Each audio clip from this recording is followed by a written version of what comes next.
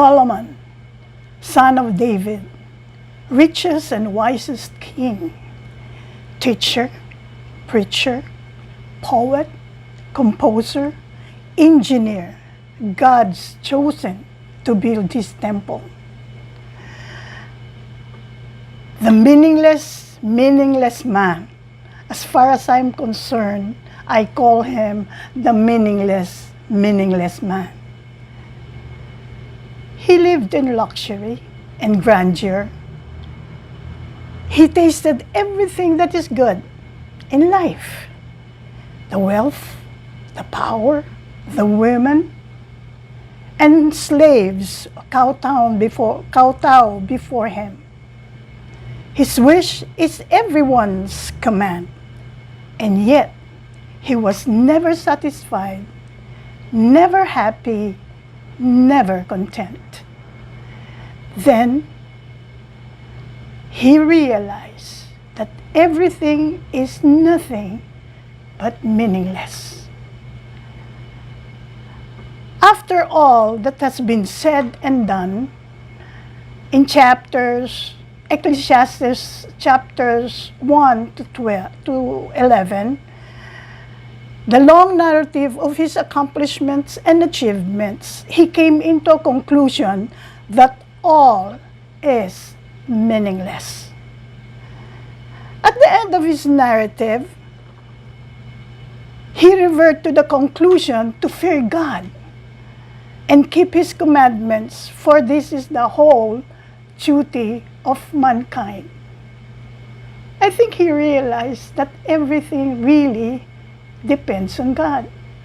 That everything you want can only be given to you by God. He realized that. In spite of all his accomplishments, he said it's meaningless. In spite of what he sees in the world, the grandeur of his palaces, he said it is meaningless. But in Ecclesiastes 12,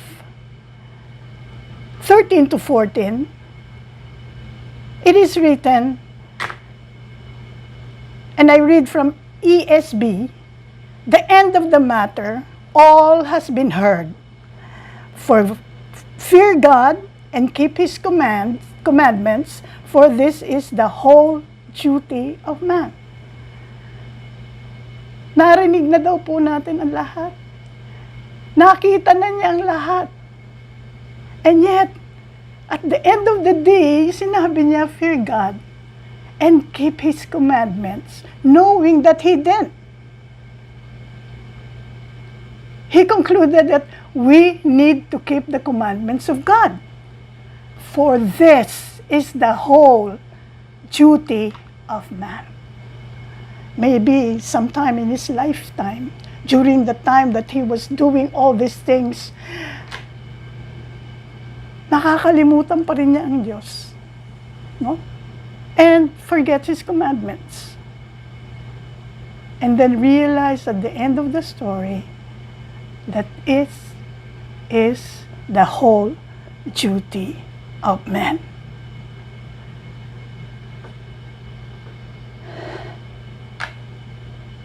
And in verse 14, for God will bring every deed into judgment, including every hidden thing, whether it is good or evil. Makikita po natin dito na hindi tayo makakalusod sa Panginoon. Depende din po yun sa ating motibo, sa ating paggawa ng mabuti, at sa ating paggawa ng mga bagay kung ito ba'y pang sarili o hindi. Sabi nga po, every deed into judgment. No? He will bring it. Including every hidden thing, whether it is good or bad. So, talaga pong haharap tayo sa Kanya on Judgment Day. Hindi lamang ho yung mabuting mga ginawa natin, hindi lamang ho yung mga masasamang ginawa natin, kundi susubukin po ang puso natin.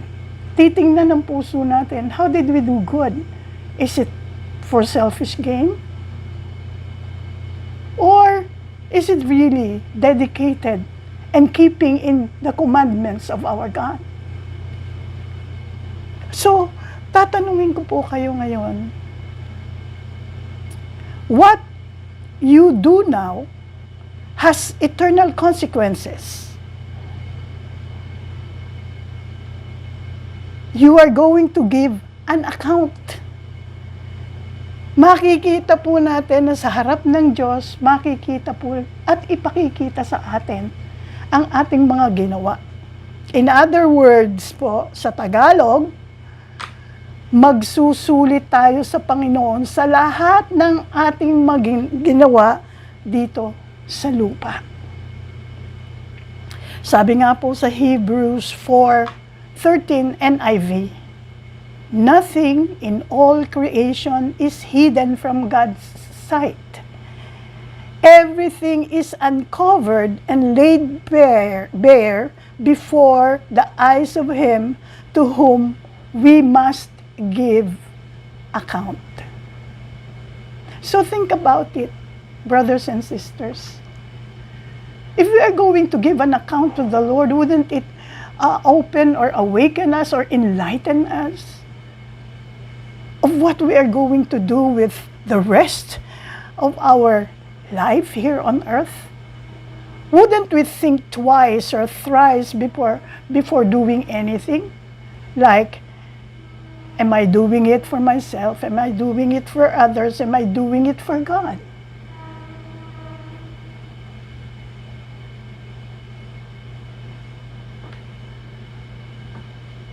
And I ask you, are you ready to give an account to God? Kung pagbubulay-bulayin po natin ang lahat ng mga ginawa natin dito sa mundo, tayo po ba ay handa na to give an account to the Lord? Mabibilang po ba natin o matitimbang natin ang mga ginawa natin para sa Kanya? Ilan po kaya dito yung sincere na ginawa natin sa Panginoon and keeping with His commandments? Ilan din naman po yung parang, yes, nagmi-ministry work tayo, pero wala naman doon ang puso natin. Yes, nag-commit tayo, pero hindi naman natin tinutupad ang ating commitment.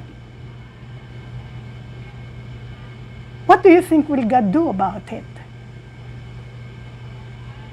It is to His favor, nasasabihin, well done, good and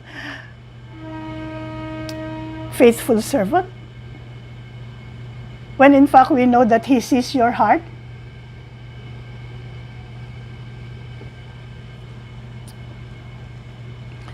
Alam po ninyo, God has always been fair. He will ask you, are you ready to give an account to Him?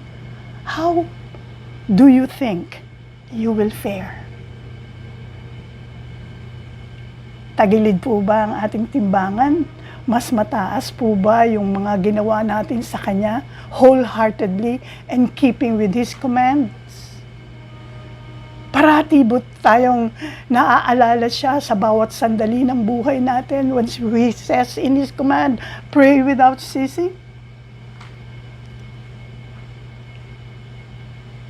Mga kapatid, God's mandate is precise and clear when it comes to the verdict on His verdict on Judgment Day.